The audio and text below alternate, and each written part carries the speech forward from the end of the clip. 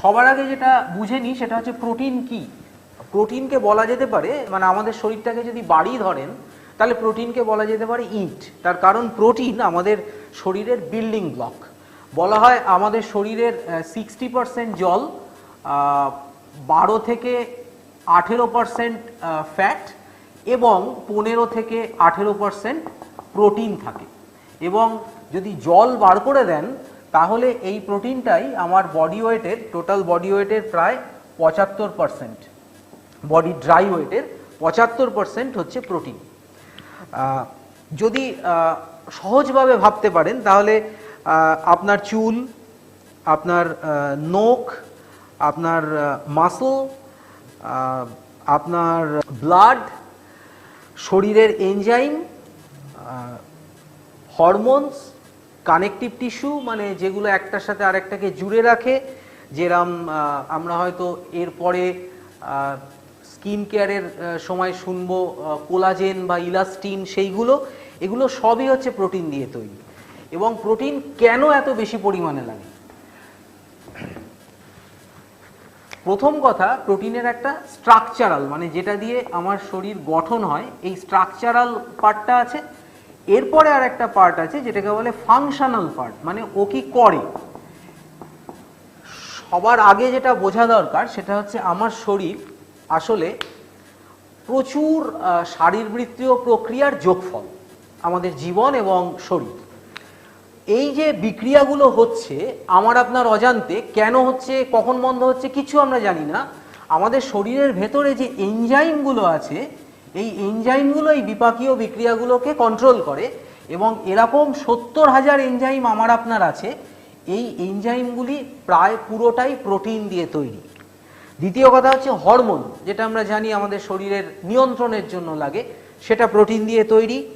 আমাদের শরীরের প্রোটেকশানের জন্য যে অ্যান্টিবডি লাগে সেটা প্রোটিন দিয়ে তৈরি। আমাদের একটা সেল থেকে আরেকটা সেল যখন তৈরি হয়, একটা ডিএনএ থেকে যখন আরেকটা ডিএনএ তৈরি হয়, এই রেপ্লিকেশন বলে, এটার জন্য প্রোটিন লাগে। রক্তের যে কোষ মানে হিমোগ্লোবিন এবং অন্যান্য সেল, সেগুলো তৈরি করতে প্রোটিন লাগে। আমাদের শরীরে টোটাল 15,000 ট্রিলিয়ন না বলে এরকম বলা ভালো, 100 কোটিতে 1 বিলিয়ন, আরও 100 কোটিতে, এইটা ইন্টু এত কোটি সেল থাকে। এই একটা সেল আর একটা সেলের সাথে ঠিকঠাকভাবে মিলেমিশে যে কাজ করবে, শরীরটা টোটালিটি পাবে, এর জন্য সেই কোষগুলোর নিজেদের মধ্যে যে কমিউনিকেশন, নিজেদের মধ্যে যে কথাবার্তা, সেটা করে প্রোটিন। এরকম আমার আপনার শরীরের প্রায় প্রতিটি ক্ষেত্রেই প্রোটিনের ভূমিকা অপরিহার্য। এবং সেই প্রোটিন আমাদের কতটা লাগে আসুন সেইটা বুঝে নিই।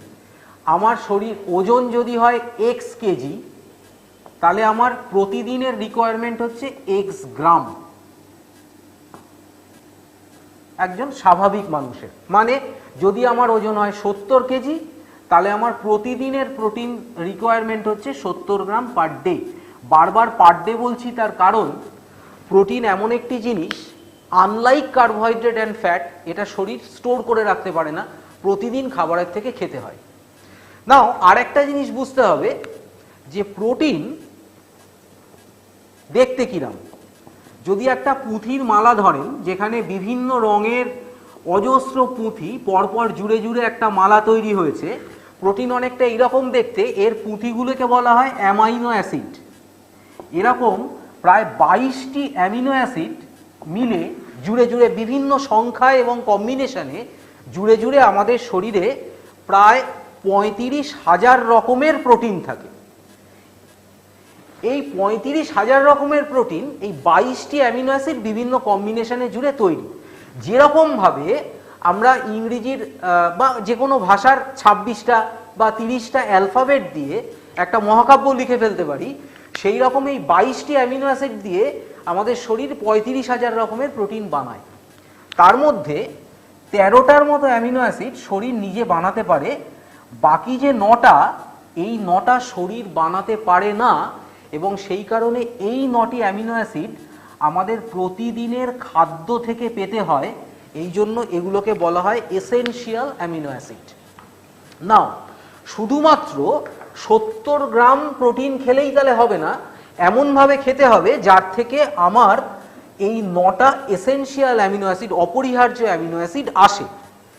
এবং এই প্রশ্ন অনেক সময় আসতে পারে যে ধরুন কেউ বলল যে আমার 70 গ্রাম প্রোটিন দরকার, একটা ডিমে 7 গ্রাম প্রোটিন থাকে, তাহলে আমি সারাদিনে 10টা ডিম খেয়ে নেবো, আমার 70 গ্রাম প্রোটিন চলে এলো, আমি তোমাদের প্রোটিন পাউডার কেন খেতে যাব, এটাই কেন খেতে হবে? তার কারণ আপনি 10টা ডিম থেকে 70 গ্রাম প্রোটিন ঠিকই পাবেন, কিন্তু 9টা এসেনশিয়াল অ্যামিনো অ্যাসিডই পাবেন তার কোনো কথা নেই। কেন, সেটা আমরা এর আগের পার্টে আলোচনা করেছি। সেই মুরগিটি হয়তো প্রকৃতিতে গিয়ে খায়নি, তাকে পার্টিকুলার একটি ফিড খাওয়ানো হয়েছে।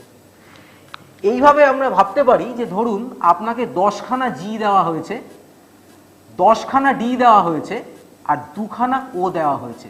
এটা দিয়ে আপনি কবার গড লিখতে পারবেন? 2বারের বেশি লেখা যাবে না। তার কারণ আপনার জি বাড়তি আছে, ডি বাড়তি আছে, কিন্তু ও নেই। একই রকম ভাবে আমার 9টা এসেনশিয়াল অ্যামিনো অ্যাসিডের হয়তো 7টিই আমার বাড়তি পরিমাণে আছে বা যথেষ্ট পরিমাণে আছে, শুধু 2টি থাকলো না বলে আপনি বলতে পারবেন না আপনার শরীরের হয়তো কয়েক হাজার এনজাইম তৈরি হলো না। সেই কারণে এত রিস্কের মধ্যে বা গবেষণার মধ্যে না গিয়ে অত্যন্ত সেফ চয়েস হচ্ছে 1 স্কুপ এইটি খেয়ে নেওয়া। এটার মধ্যে 9টি এসেনশিয়াল অ্যামিনো অ্যাসিড আমাদের শরীর যে রেশিওতে এদের লাগে সেই রেশিওতে দেওয়া আছে। আরেকটু আলোচনা করি, সেটা হচ্ছে প্রোটিন ডেফিসিয়েন্সি। আচ্ছা, তার আগে সুস্থ মানুষের জন্য বললাম এক্স কেজি বডি ওয়েট হলে এক্স গ্রাম লাগে। যদি বাচ্চা হয় তাহলে তার ক্ষেত্রে এটা তার 1.5x গ্রাম পার ডে লাগে। আর যদি প্রেগন্যান্ট ওম্যান হন তাহলে তার এক্স কেজি বডি ওয়েট হলে 1.75 ইন্টু এক্স গ্রাম পার ডে লাগে। এটা হচ্ছে পরিমাণ। এইবারে এই প্রশ্নটাও মাথায় আসে যে বাবা আমি খাই বা না খাই জানি না, আমার এমনিতে তো কোনো অসুবিধা হচ্ছে না। আমি আপনাকে 3টে ছোট্ট জিনিস বলি। সেটা হচ্ছে অফিসে উঠছিলেন, 6তলায় অফিস, আজকে ইলেকট্রিক নেই, লিফট বন্ধ, সিঁড়ি দিয়ে উঠতে হচ্ছে, আপনি হাঁপাবেন না? হাঁপাবেন না। সারাদিন পর এমন কিছু শারীরিক পরিশ্রম হয়নি, আসার পরে মনে হয় কি যে দূর আর কিছু করতে ভালো লাগছে না, সারাদিনের পরে ক্লান্তি। এইগুলো যদি হয় তাহলে জানবেন এটাকে বলা হয় সাবলিমিনাল প্রোটিন ডেফিসিয়েন্সি। মানে ডেফিসিয়েন্সিটা আমার ঘাটতি আছে, সেটা এই পর্যায়ে নেই যে এক্ষুনি আমার রোগ হয়ে যাচ্ছে। তার কারণ শরীর একটা আশ্চর্য যন্ত্র, এ চেষ্টা করে শেষ মুহূর্ত পর্যন্ত আপনাকে টিকিয়ে রাখার, কিন্তু সে আপনাকে কিছু কিছু কথাও বলতে চায়, কিছু সিগন্যালও দিতে চায়। এইগুলো হচ্ছে সেই সিগন্যাল। তার সাথে আরও কিছু সিগন্যাল মিলিয়ে নিন। প্রোটিন শরীরে কম থাকলে কি কি জিনিস আপনি বুঝতে পারবেন, কি কি জিনিসের থেকে বুঝতে পারবেন? এক কথা, চুল দেখবেন। প্রথম কথা, এটা পড়বে বেশি চুল, এটা ভঙ্গুর হবে, ব্রিটল, ভেঙে যাবে, এই যে ডগা ফাটা বা ইত্যাদি সমস্যা, এবং অনুজ্জ্বল, ব্রাইটনেসের অভাব, মেবি প্রোটিন ডেফিসিয়েন্সি আছে। নখ যদি দেখেন দাগ দাগ বা সাদা সাদা হয়ে এসছে তাহলে জানবেন প্রোটিন ডেফিসিয়েন্সি আছে। স্কিন, প্রচুর কিছু লাগাচ্ছি কিন্তু স্কিনে সেই গ্লেজ আসছে না বা সেই স্মুথনেস আসছে না, খসখসে, রাফ বা র্যাশ আসছে স্কিনে, হতে পারে এটা আপনার প্রোটিন ডেফিসিয়েন্সি। এবং এই যে সারাদিন পর লো এনার্জি বা স্ট্যামিনা কম, প্রোটিন ডেফিসিয়েন্সি থেকে আসে। কোনো জিনিস পড়ছি, শুনছি, ভুলে যাচ্ছি, বাচ্চাদের ক্ষেত্রে প্রচণ্ড সমস্যা। ওরে বাবা তুই কেন এটা মনে রাখতে পারছিস না? তার দোষ নেই, হয়তো তার খাবারে প্রোটিন ডেফিসিয়েন্সি হচ্ছে। ঘন ঘন অসুস্থতা, তার কারণ প্রোটিনের একটা মেজর কাজ হচ্ছে ইমিউনিটি দেওয়া। ঘন ঘন অসুস্থ হওয়া এবং কোনো একটা কিছু হয়েছে সেটা সহজে সারতে না চাওয়া, হতে পারে প্রোটিন ডেফিসিয়েন্সি। এবং তার সাথে যদি দেখা যায় ডিপ্রেশন, মন খারাপ, ঘন ঘন মাথা ধরছে, এটাও প্রোটিন ডেফিসিয়েন্সির লক্ষণ। এত কিছু, তার মধ্যে কোনো না কোনো কিছু যদি আমি দেখতে পাই, বেস্ট চয়েস হচ্ছে ইভেন তার জন্য ওয়েট না করে একটু প্রোটিন সাপ্লিমেন্ট শুরু করা। এটার নাম হচ্ছে নিউট্রিলাইট অল প্ল্যান্ট প্রোটিন। মানে এটার মধ্যে পুরোটাই প্ল্যান্ট ম্যাটেরিয়াল থেকে তৈরি। বেসিক্যালি গম, পি মানে মটর এবং সয়াবিন, মেইন ইনগ্রেডিয়েন্ট হচ্ছে সয়াবিন, সয়, এই তিনটে জিনিস থেকে তৈরি হয়েছে তার কারণ মানে আমরা আগেই আলোচনা করেছি best of nature best of science, soya, P এবং হুইট, এই তিনটে কম্বাইন করলে দেখা যায় এর হয়তো একটা জিনিস নেই সেটা এর খুব বেশি আছে, এর হয়তো একটা জিনিস নেই সেটা এর খুব বেশি আছে, সব মিলিয়ে মিশিয়ে এই তিনটে আমাদের এই 9টা এসেনশিয়াল অ্যামিনো অ্যাসিড যে পরিমাণে দরকার সেইটা তো দেয়ই, তার থেকে একটু বেশি পরিমাণেও দেয়। এবং তার সাথে সাথে এটার মধ্যে কোনো ল্যাকটোজ থাকে না, এটা দুধের মধ্যে থাকে, যেটার থেকে অনেকের ল্যাকটোজ ইনটলারেন্স মানে খেলে পেটের বিভিন্ন সমস্যা হয়। এটা ল্যাকটোজ ফ্রি, সেইটা হওয়ার কোনো সম্ভাবনা নেই। যেহেতু এর মধ্যে কোনো প্রাণীজ জিনিস নেই সেই কারণে এর মধ্যে কোনো কোলেস্টেরল নেই, ইট ইজ 100% কোলেস্টেরল ফ্রি। এবং যারা একদম শাকাহারী মানে ভেগান ডায়েট ফলো করেন, ভেজিটেরিয়ান বলি আমরা যাদের, তারাও এটা খেতে পারেন, তার কারণ এর মধ্যে কোনো মানে প্রাণীজ জিনিসপত্র নেই। এবং লাস্টলি ওই best of nature and best of science, ওই বেস্ট অফ সায়েন্সের পার্টটায় আসি। সেটা হচ্ছে এর মধ্যে সয়াবিন থেকে যেটা আসে সেটাকে আমরা বলি hydrolysed protein, hydrolysed soya protein. জল দিয়ে এর মূল প্রোটিনের উপাদানটাকে বার করে আনা হয় এবং এই প্রোটিন পাউডারের প্রতি 10 গ্রামে আপনি 8 গ্রাম প্রোটিন পান, 80% পিওর প্রোটিন পান। এই কনসেন্ট্রেশনটা আনা হয় ওয়াটার হাইড্রোলিসিস করে, যেটা অত্যন্ত কস্টলি মেথড এবং খুব সস্তায় বানানো যেত যদি অ্যালকোহল দিয়ে হাইড্রোলিসিস করা হতো, কিন্তু তাহলে একটা গন্ডগোল হতো। কি গন্ডগোল হতো না, সয়াবিনের মধ্যে গ্লাইসেটিন, ডায়াডজিন এবং জেনিস্টাইন, নামগুলো খটোমটো বাট নাম মনে রাখার দরকার নেই, এইটুকু শুধু আমরা জানি এই যে ফাইটোনিউট্রিয়েন্টের কথা বলছিলাম, ফাইটো মানে গাছ, নিউট্রিয়েন্ট মানে পুষ্টি, গাছের পুষ্টি, তো সয়াবিনের মধ্যে প্রকৃতি এই তিনটে অত্যন্ত পুষ্টির উপাদান ভরে দিয়েছে, এগুলোকে বলা হয় সয়া আইসোফ্ল্যাভোন। এবং এগুলো প্রোটিন তো আমি যা পাওয়ার পেয়ে গেলাম অ্যামিনো অ্যাসিড থেকে, এই তিনটের কিছু অসাধারণ গুণ আছে। তার মধ্যে সবথেকে বড় গুণ হচ্ছে এটা হার্টের পক্ষে ভীষণ ভালো। এবং দেখা গেছে জাপানিরা প্রচুর সয়াবিন খান বলে তাদের হার্টের ডিজিজ মানে ওয়ার্ল্ড অ্যাভারেজের থেকে অনেক কম, এইটা আপনি এইখান থেকে পাবেন। এবং এই আইসোফ্ল্যাভনগুলো ট্রাইগ্লিসারাইড এবং কোলেস্টেরল কমাতে হেল্প করে, আর এইচডিএল হাই ডেন্সিটি লিপিড যেটা ভালো লিপিড সেটা বাড়াতে সাহায্য করে। আর কি করে, এই আইসোফ্ল্যাভনগুলো ইস্ট্রোজেন বলে আমাদের পার্টিকুলারলি মহিলাদের একটি হরমোন থাকে, যেটা একটা সময় বন্ধ হয়ে যায় বলে মেনোপজ বলে একটা ঘটনা ঘটে, যার পরে এবং যার ফলে অনেক শারীরিক অসুবিধা তৈরি হয়। এটার জন্য সারা পৃথিবী জুড়ে হরমোন রিপ্লেসমেন্ট থেরাপি ইত্যাদি ইত্যাদি হয়। দেখা গেছে সয়াবিনের এই আইসোফ্ল্যাভনগুলো ওয়াটার হাইড্রোলিসিস করলেই একমাত্র তার মধ্যে থাকে, অ্যালকোহলে করলে ওটা নষ্ট হয়ে যায়, আমাদেরটায় ওয়াটার হাইড্রোলিসিস বলে আছে, তাদের একটা হালকা ইস্ট্রোজেনের মতো এফেক্ট আছে। তার জন্য এই ক্ষেত্রে এটা ভীষণ ভালো, অস্টিওপোরোসিস প্রিভেন্ট করতে সাহায্য করে।